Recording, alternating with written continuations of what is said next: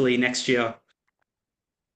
Hopefully next year we'll have the opportunity to spend the weekend together. I wanted to thank all the BYM volunteers as well who've helped my mother make this such a momentous occasion and to continue to grow and build the BYM movement across the world. Today's message really leans on two of the key BYM pillars of gratitude and forgiveness. And that is a message about self-love.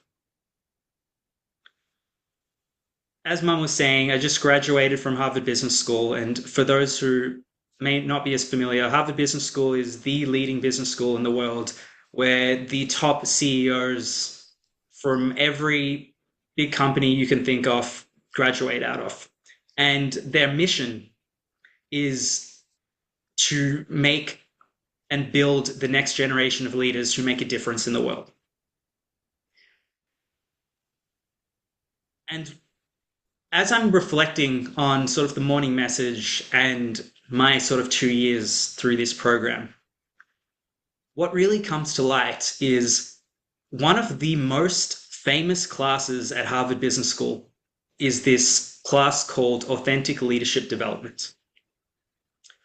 And it is the most oversubscribed class. You have to rank it your number one priority. And even then, you might not even get into it because there are that many students at Harvard Business School who are trying to get into this class every year. The reason why I talk about this as we start the morning message is the message that is relevant to future business leaders is the same message that I think is relevant to each of us, which is that if we cannot find our own authentic self and learn to love our authentic self and learn to accept all of us in our holistic nature, how can we ever think about going into the world and making a difference? Whether that be in your own family, whether that be in your community, or whether that be on a big stage as going to become the CEO of a company that will affect millions of people around the world. So this class is such a landmark class at Harvard Business School because it is one of the few classes that is not focused on business.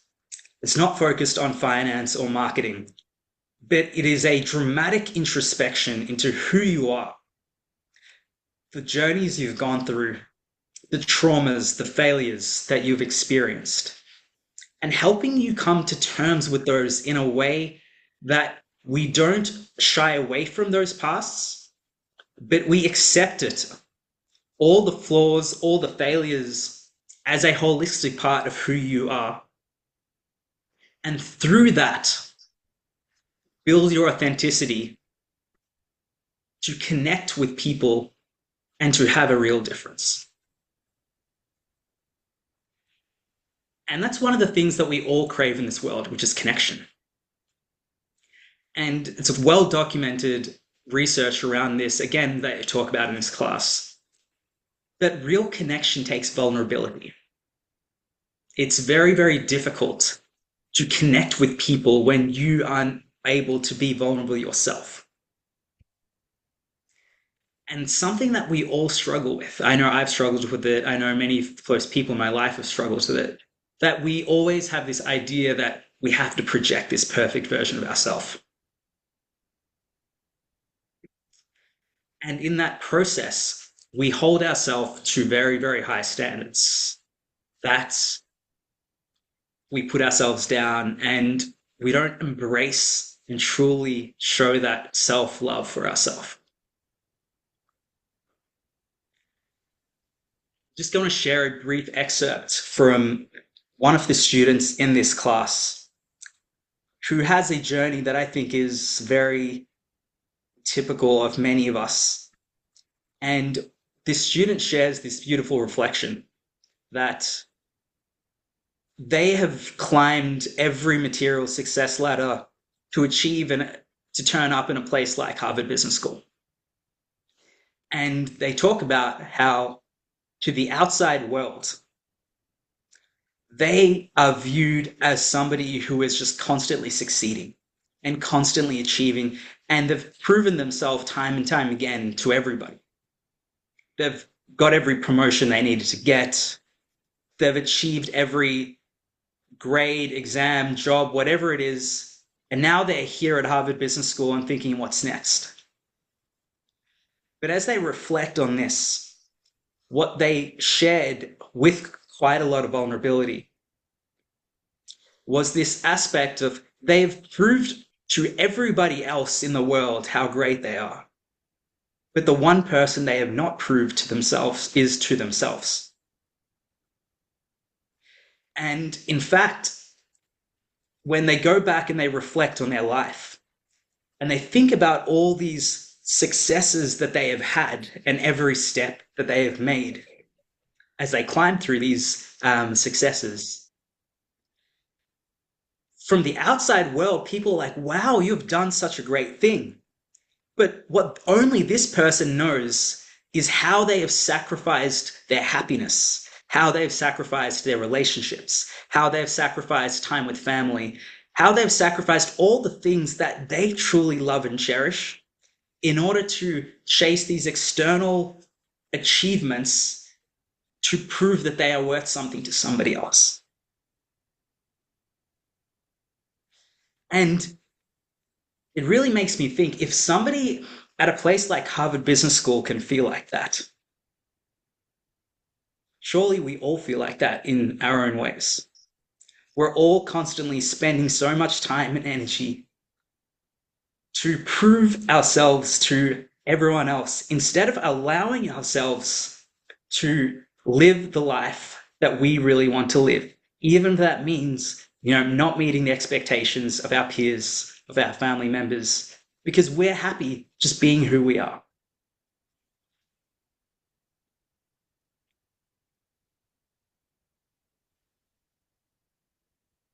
I think a lot of this comes from the fact that we all think our own struggles are unique. Every single one of us, when we're feeling anxiety or stress, or we get fired from a job, or our relationship is not going well, or we fail at school, or whatever it may be, we think that we are the only loser in this world going through this problem. And we feel so embarrassed about ourselves that we don't want to share with anybody because we think everybody else's life is going perfectly. And we think that by sharing our vulnerable side, people will think less of us because everybody else is this perfect person who is having this amazing life. But we are the only loser in this world who is constantly going through this cycle.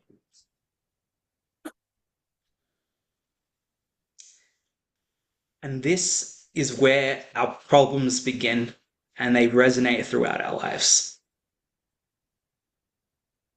I think one of the most important things we each need to practice, and this is what Harvard Business School really emphasized, is practicing vulnerability.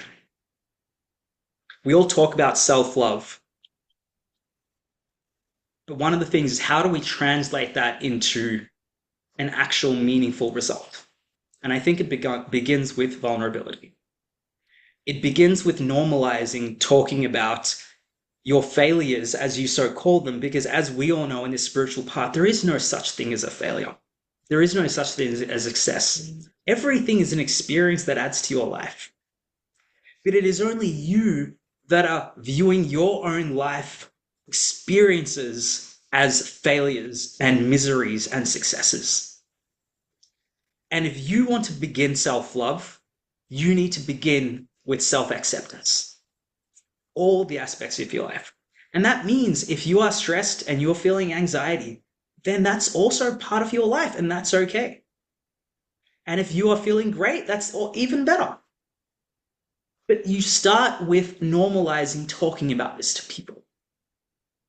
And in fact, one of the things I will suggest to the group here for this retreat this weekend is, after this meditation session, go up to somebody who may not know as well.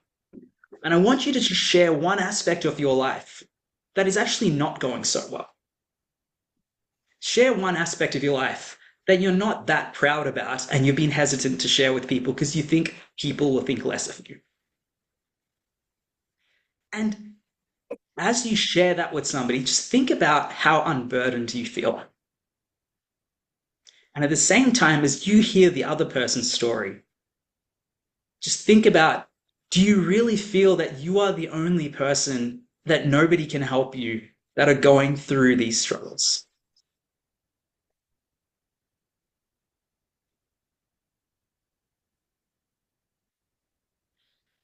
The next thing that I think really helps with self-love is gratitude and affirmations. Because in the moment, we all forget when we're in the thick of it to remind ourselves to love ourselves.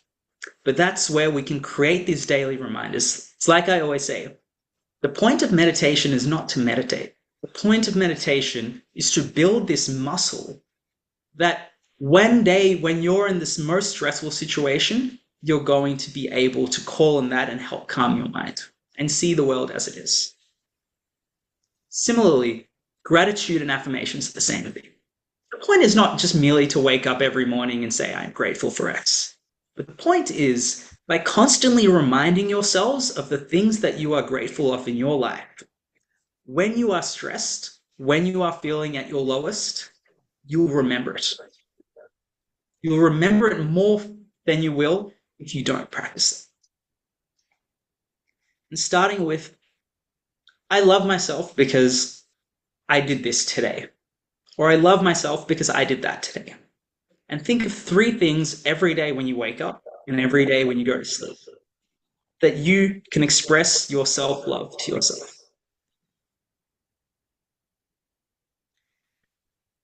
And I will say, while this is a great starting point, it is not the end. Because even that love, that gratitude, is conditional love. You are telling yourself you love yourself because I did this thing today, because I did that thing today. And that's great. It's a great starting point. But true self-love is unconditional. So it's not just saying I love myself because I did X today, but it's to say I love myself despite doing X today. It's to say I love myself despite failing my test today. I love myself despite the fact that I lost my job today. I love myself despite the fact that I did nothing productive today. That is true love. And for those of you today in the room that have children, I'm sure you all feel this. You don't love your children because they did a good grade. You love them even when they're at their worst. You love them even when they break things in the house or they're rude. You love them despite all those things.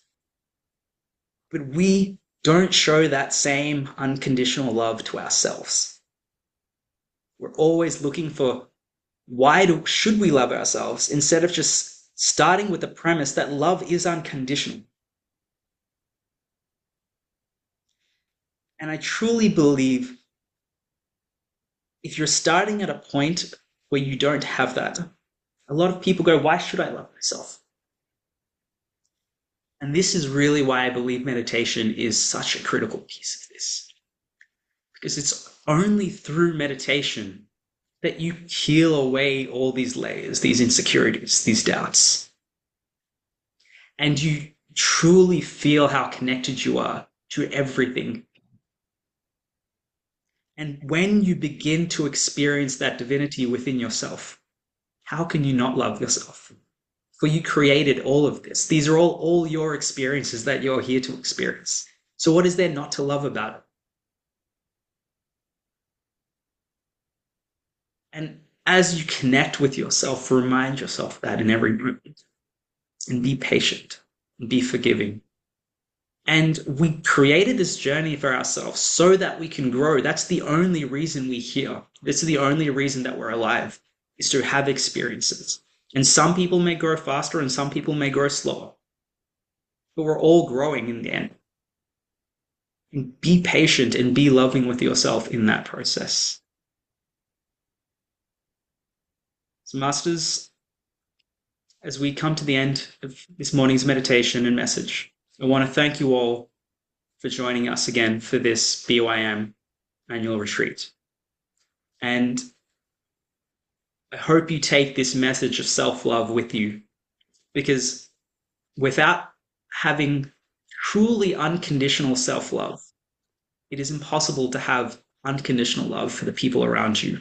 It is impossible to have unconditional love that will allow you to make a difference in the world, to help the community, to inspire people, to follow your passions, or whatever it is that you want to do in your life. But it all begins with finding that full acceptance, full gratitude, full forgiveness for yourself. Thank you all. Appreciate your time.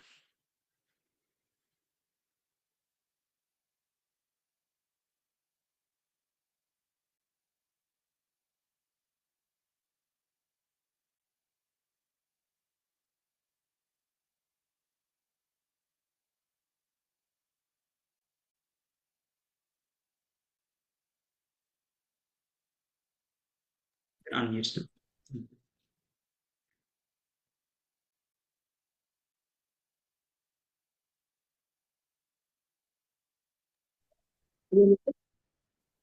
Yes, I can hear you now. We just wanted to say thank you for joining us from New York. And this is the retreat and all our lovely masters who are here at the moment. And we appreciate your time. We appreciate the message. I really like to hear vulnerability is fine. We all have our vulnerability, but let's embrace our vulnerability. We don't have to prove anyone to hide our vulnerability. I love it. Take a person of truth and can we really tell them? Can we be open enough?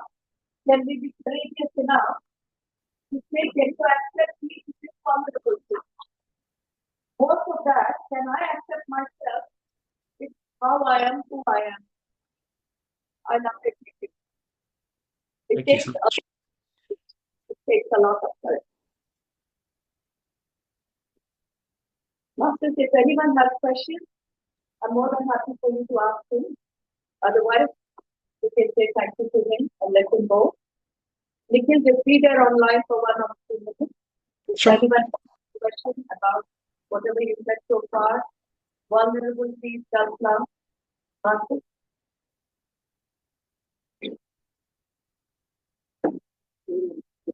Yeah. So, Navina Madam wants to share an experience while you're there. Please. Navina, can you hear her? It's a little unclear.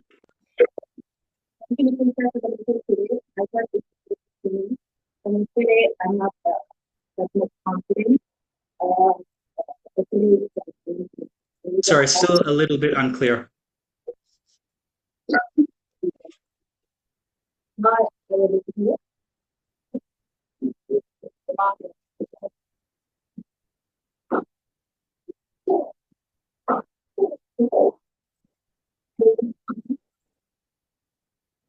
Try speaking. Are you able to hear me? Yes, now I can. Thank you. Yeah, I think this is message to me only today. So I'm in the kitchen. I'm getting the message go on Facebook on the vision like that. Yeah. Yesterday we have a mistake in the meeting. So my name is fractured the game. So I went games and everything. I thought I went in a game.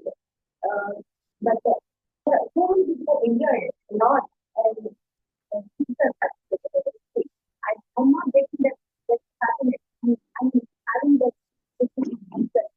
then you say that point. Thank you for that. Thank you so much.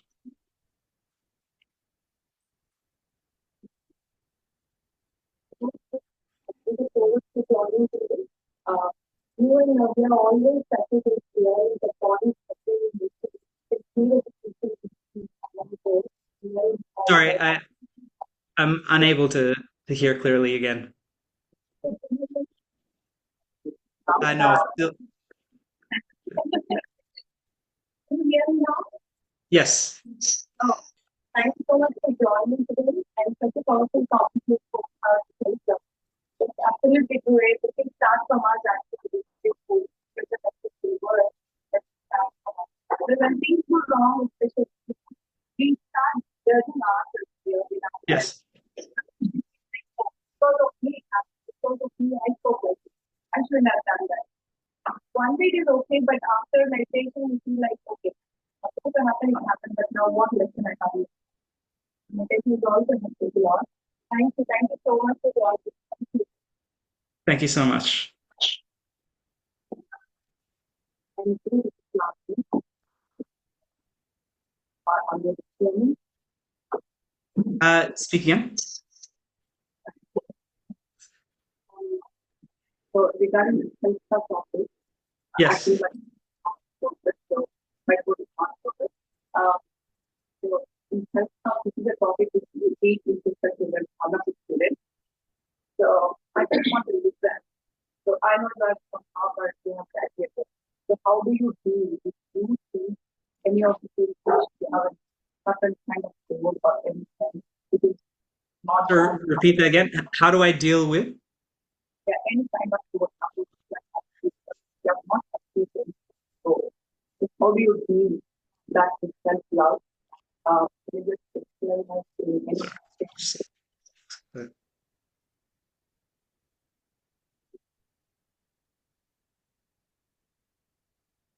To hear that one quick. I think I would Are you able to message the question? Yeah, I'm going to repeat the question. Did you hear the question? You want me to repeat it, Nikhil? Yeah, if you could just text it. No, I'm going to talk with you. Okay. Yeah, I can hear you clearly. I know you can hear me. Yeah. All right. The question is about self-love. Yeah. What love is? You're at Harvard, right? There are a lot Yeah. of goals that you want to achieve. And when you fail to achieve any goal, which is very normal, Yes. Okay. how can you deal with that? Or how do you deal with that at Harvard with self-love? How do you deal with not reaching goals? How do you deal with not reaching goals? Yeah, with self-love. With self-love.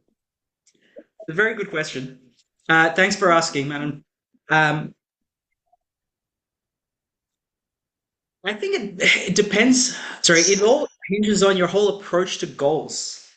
It comes back to what I said that even at Harvard Business School, I'm critical of how so many people have lived their lives. Because they do it for external validation. And what that means is when it goes well, they feel elated. And when it doesn't, they feel like they're the worst person in the world. And in fact, this is where the class came out of. They realized people who have these high achieving personalities actually also have this tendency that their emotional spectrum is always in one of two areas. They're either feeling like they are the best person in the world, that they're on top of the world, nobody can beat them, or if they fail, I'm the worst person in the world, I'm a loser, I suck, I'm terrible. And there's no middle ground or balance, and that's what we talk about in life. Everything is moderation, right? So that personality is incredibly, incredibly toxic to yourself because, again, it's well researched and well documented, and most people here should already know this. But that type of personality doesn't last. It doesn't last in career because you burn out. It doesn't last in health. There's so much studies done on this again, but those personalities are prone to health conditions because the body will shut down saying that this is not sustainable.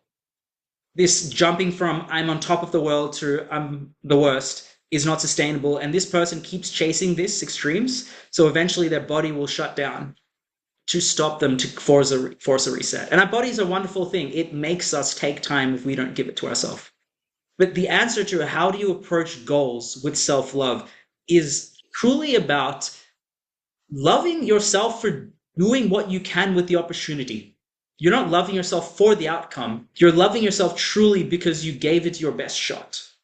And I say this having failed so many times in my life, and a lot of people in my life can't understand how I can be so nonchalant, or like I don't really care about what I describe as my failures, because I'm like, with the information I had and the opportunities I had at that time in my life, I made the best choices I did. And you know what? They didn't go well, as some people might have described them, but I wouldn't have done anything differently. And as a result, it's that acceptance of, you know what, I made these choices. I want to live with them. You know what, if I don't make these choices, then I would have never learned. I would have never had these experiences. A lot of people who have high self love are able to take risks in so many ways. You're able to take risks in your career, able to take risks in your academics, in relationships, and whatever it is, because people with high degrees of self love are not afraid of failure because they know if things don't go well, it's all right. I'll pick myself up and try again. So that is how you approach goal setting with self love. To give yourself forgiveness if it doesn't work out. If you put so much pressure on yourself that if this doesn't work out, I'm going to hate myself, then how can you operate at your best? And then when you fail, which you inevitably will at some point, what then? So it begins with resetting your expectations of what is giving you joy and satisfaction. It shouldn't be the goal. The goal should be a byproduct of it, of doing what makes you thrive and express your full self. But it shouldn't be the outcome that you hinge your emotional satisfaction on. Otherwise, you're just constantly in this up and down spectrum.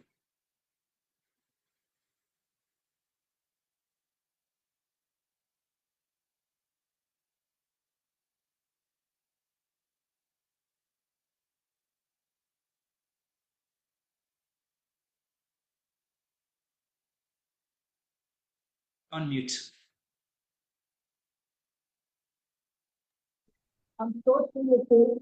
We all judge ourselves by the outcome that we achieve. But I like what you said. Outcome is a byproduct. So true. Life is to live, not for products, isn't it? We are not a marketing company. We are a human being. All we have come here to live our life. And if goals are achieved as part of that, yes, well and good. And if not, be well and good. There's no reason to not love yourself, isn't it? Yeah. Very well. We all need to practice that every moment in our lives, that your success is that you're living day by day. Living itself is a great success, isn't it? What more does a person want? So you can't measure your life with material goals, which at times you may succeed, at other times you may fail. And as you said, you oscillate between the two. Lavanya, did that answer your question, Amma? I really appreciate it. Anyone have any questions? Yes. So we've got Manjula here. Amma, you can speak loud, so I don't have to speak for you. But then I will translate it. So he will understand. My experience is self-love. మనం ఇంటర్వ్యూని అది చేయడం but ఇప్పుడు మనం ఎక్కువగా ఎక్స్టర్నల్గా valuation out తీసుకుంటుంది మనం ఇంటర్నల్గా valuate చేసుకుంటున్నాం కదా ఒక పాయింట్ మనకు లో అవుతుంది like wrong I'm bad and I'm not good enough for me. ఇలా ఫీల్ అవుతూ ఉంటాం మనం ట్రై చేస్తాం లేదు ఆయన good enough అని చెప్తుంటాం చాలా ట్రై చేస్తాం ఒక పాయింట్ మనలో ఉన్నప్పుడు మనకి మన మన వాళ్ళతో ఉంటాం వాళ్ళతో ఉన్నప్పుడు వాళ్ళు ఎప్పుడైనా అలా ఉన్నప్పుడు మనం కూడా మనం అప్లిక్ చేస్తే ఆల్రెడీ మనం లేదు స్పెషల్ అండ్ అదే టైంలో వాళ్ళు కూడా పిల్లలు అది తప్పుగా చేసినప్పుడు మనం ఎలా అప్లై చేసుకోవాలి అదే అలాంటి అనుకుంటున్న ఇంటర్నల్ వాల్యుయేషన్ బట్ ఇలా ఉన్నప్పుడు ఎలా చేయొచ్చు So, you can hear we can from that. Nikhil, I'm going to translate the question not for you to understand Telugu, but we have lot of other language speaking people here to speak. So, just bear with me while I translate the question. The question from Manjula Madam is, when we are talking about self-love, yes, we validate ourselves as well and we know what is self-love, but at the same time, the external world is also validating us. And we're looking for external validation and internal validation all the time. When you're strong, you don't care much about external validation because your self-love factor is going very well and strong. Doesn't matter what people say around you. But there are times, not all the times are going well, and at that time when you are at your lowest, and your self-validation is not working that well to people eyes, and at that moment, the people around you are really validating you or validating low, then what should we do to bring up that the esteem from that low to high? Because already we are there at our very low, and at the same time, the so-called family and community is not supporting us. How can we set ourselves to that? Martin, did you hear that? Yes. Yeah. Thank you. So that's the question. Very good.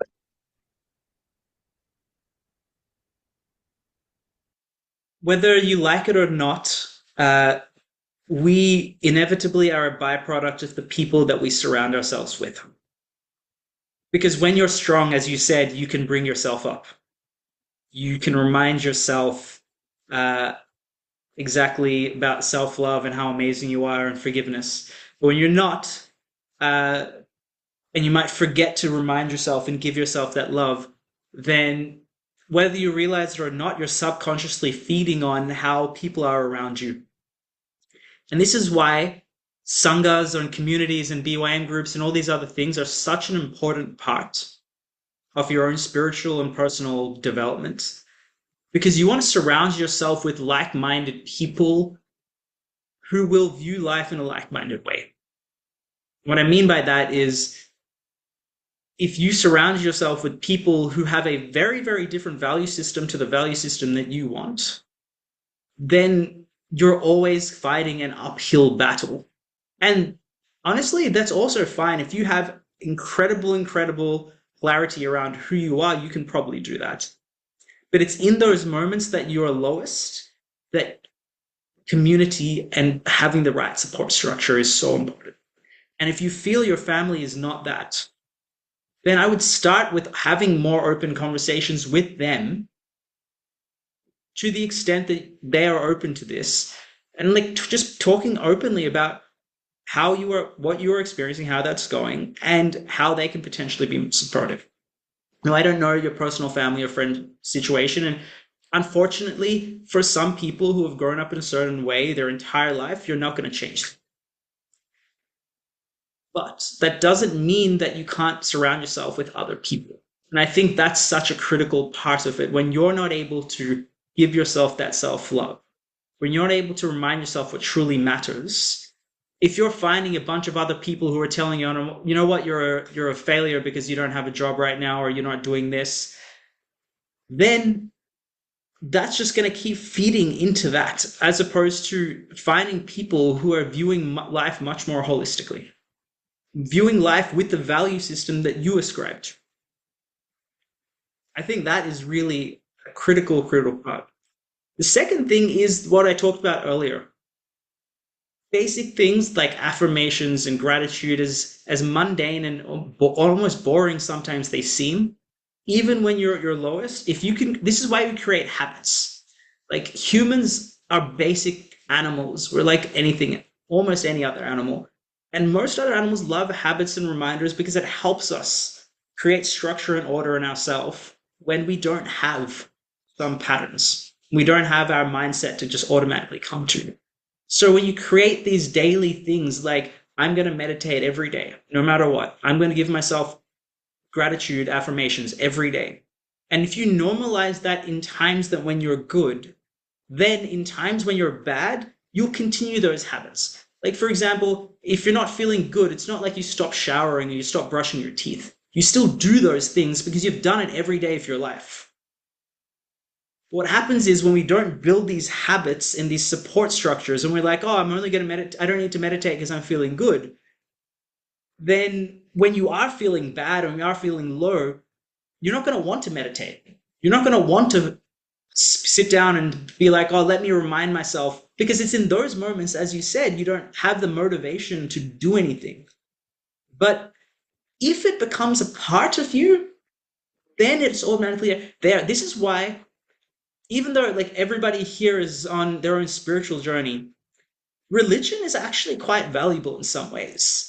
Because what religion does, whether it's Christianity, Hinduism, Islam, is they give you rituals and they say every day you pray at this time. Every day you do this. And most people don't even ask why. And they're just like, this is what I'm told to do.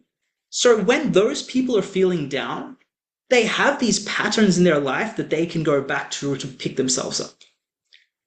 And what I see with a lot of people who go down the spiritual path, while this is a beautiful path and you are learning through knowledge and questioning and curiosity about the nature of the world, we sometimes forget the value of having those rituals in our lives. And by not having the equivalent of prayer or other things, which for most of us here should be your daily meditation ritual, it should be your self-love, then when you are in those low points, you now don't have the support structures that people who have a more religious background or have a strong community or have something else do have. And that's why building those support structures, the people, your habits, your routines, when you are in a really good place, so critical. So that can carry over into those times when you're harder.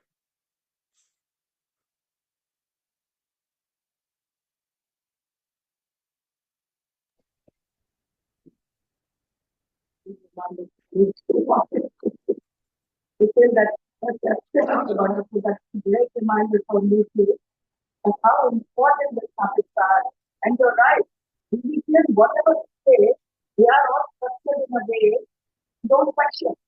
But when it comes to spirituality, because it's a just discovery path, we yourself on the slow path. And that's why we have support systems. That's why we have like-minded people, right? Because when time comes,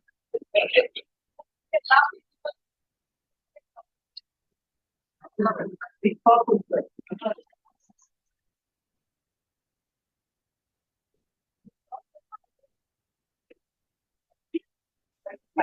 So true. Manjula reminded us, thank you, Manjula, that was such an apt question. And say most of us are subject to that. And we are good, we don't need any support system. But then we are, no, what about that? And you rightly mentioned, even if you are good, you need habits. Because habits cannot be formed overnight. Habits remain even when you are good, even when you are bad. Because when the time comes, without the habits that will give you that difficulty. And my dear friends, the habits that we are inculcating is of course our meditation practice, but we go deep with it. And also the like-minded support system that we have built, the belief system that we are questioning, and we are all asking, is there another way to live? Each one of us is asking, and we are following that pattern. We are not like ways to. And the reason you ask the question is because your question is this right? Is this not right? What is the alternate way to live? I think this is all exactly the habits that Nikhil made it mention. This is for me personally, this is a great reminder. I like the analogy we gave between religion and our life. It is so true. Religion, that's why there is structure in such a rigid way, because they thought that it's super system to follow. We can also do like this on the spiritual path, when we all come into this habit. Let's all form the right habit that will give us confidence when we need the most. But if that doesn't work, let's all make sure that we have got right people anchored around us when the time comes, we can look up to them. It's not our family. Nikhil, I think this was one of the best questions for me. Thank you, Manjula. It is not your question, it is each one of us. We all go through this time that we feel gotten low. We don't know where to look for. Thank you, Amma. I really appreciate it. I enjoyed it.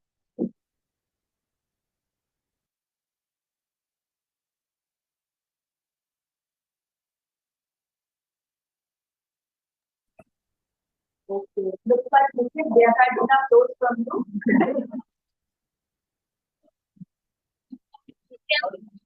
Thank you. So everyone is saying thank you, Nikhil. Thank you. And a big goodbye from everyone from BYM. Thank you so much. All right, Nikhil, bye. Pleasure. Bye. And this is Pooja, sir, by the way. Everyone else. Hi.